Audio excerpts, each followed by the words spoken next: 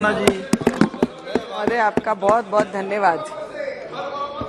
आज discussion on parliament journey of 75 years, 75 साल का अनुभव तो नहीं बता सकते या उसके विषय पे नहीं बता सकते, पर इतना अनुभव जरूर बताएंगे। पर अनुभव बताने से पहले सर, हमारे देश के जो असली हीरो, महापुरुष और क्रांतिकारियों ने जो ये देश के लिए योगदान दिया, जिन्होंने अपना खून का एक कतरा कतरा इस देश के लिए दिया, उनका उल्लेख होना इस पार्लियामेंट में बहुत जरूरी है। और ये पार्लियामेंट में, ये जूनी बिल्डिंग में, इनके साथ इस देशवासियों की बहुत सारी यादें, और हम जैसे न्यू कमर जो पहली बार इस पार्लियामेंट में आए, उनकी भी बहुत सारी यादें जुड़ी हैं। पर मुझे लगता है राष्ट्रपिता महात्मा गांधी जी के आदर्श हम सभी के लिए, इस देश के लिए वो बने। सरदार वल्लभ भाई पटेल, लोकमान्य तिलक, ज्योतिबा फुले, नेताजी सुभाष चंद्र बोस, लाला लाजपत राय जी, राजगुरु सुखदेव, चंद्रशेखर आजाद जी, रानी लक्ष्मीबाई, वीर सावरकर जी, मुझे लगता है भगत सिंह जी, यस। और सर, इस पार्लियामेंट में आने का, एक नॉर्मल फैमिली से बिलोंग करती हूँ, पूर्व सैनिक रहे हुए मेरे पिताजी हैं, उस परिवार से मैं आती हूँ, जिस परिवार में मैंने सीखा है कि देश को देने की भाव, देश के प्रति समर्पण देने की भाव और ईमानदारी से देश के प्रति काम करने की भाव बचपन से हमने अपने परिवार में सीखी है।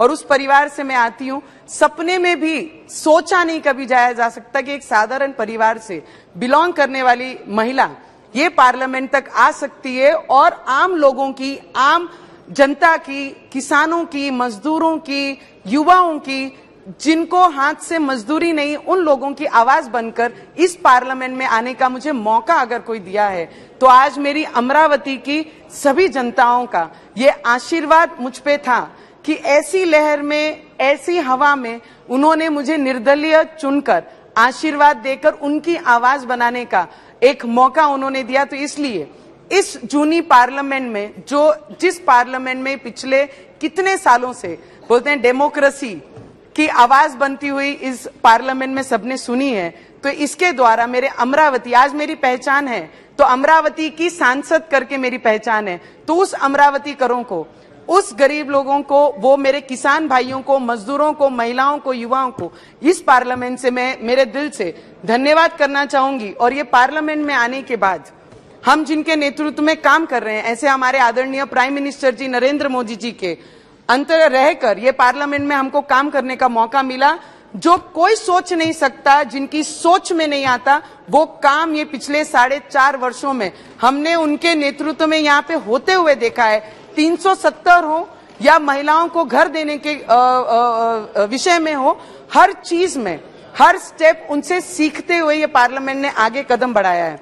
सर, G20 का भी मौका इस देश को पहली बार, G20 तो होती होगी बहुत सारी चीजों में, मोदी जी ने सिखाया कि स्मार्ट इंडिया कैसे बनना है। स्मार्ट इंडिया के उदाहरण बहुत सारे मोदी जी के द्वारा हम लोग देशवासियों ने, हम जैसे युवकों ने सीखा है। पर G20 जिस तरीके से हमारे देश को पहली बार मौका मिला, उसका अगर क्रेडिट किसको जाता है या किसका योगदान सबसे जाता है, तो वो पावरफुल हमारे प्राइम मिनिस्टर नरेंद्र मोदी जी को जाता है। अगर वो है, वो इस तरीके से काम कर रहे हैं, करके विश्व में हमारी पहचान, बाहर सर देश में जाते हैं, अब्रॉड में जाते हैं, तो जब बात करते हैं आम लोगों से, वहां के NRI से, तो बोलते हैं, जब हम उनसे बात करते हैं, do you know anybody politician who belongs to India? So वो बोलते हैं, नहीं, we don't know much names but we know one name, that is Modi.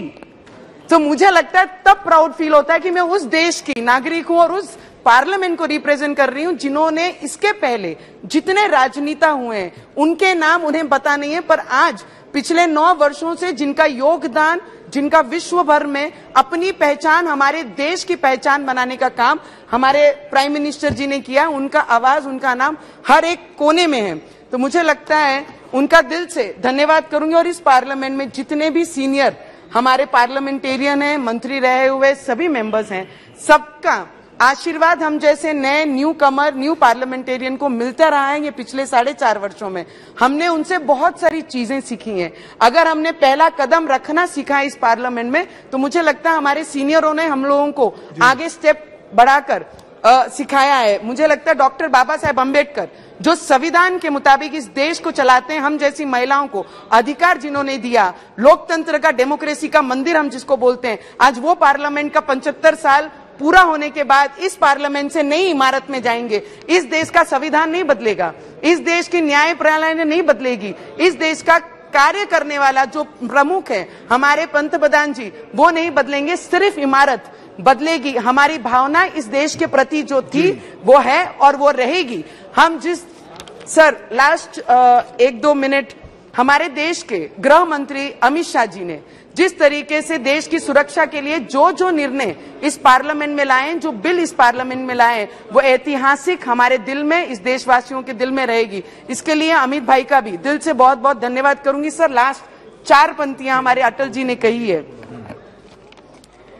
Sir जो कल था वो आज नहीं है, जो आज है वो कल नहीं होगा, होना ना होने का क्रम इसी तरह चलता रहेगा, हम हैं हम रहेंगे, ये भ्रम भी सदा पलता रहेगा। इसके साथ इस इमारत को, इस पार्लियामेंट को यहां से नमन करती हूं। इस पार्लियामेंट में बैठने वाला हर पार्लियामेंटेरियन हमारे लिए प्रेरणादायक है और आप सभी को बहुत बहुत धन्यवाद। Very short please.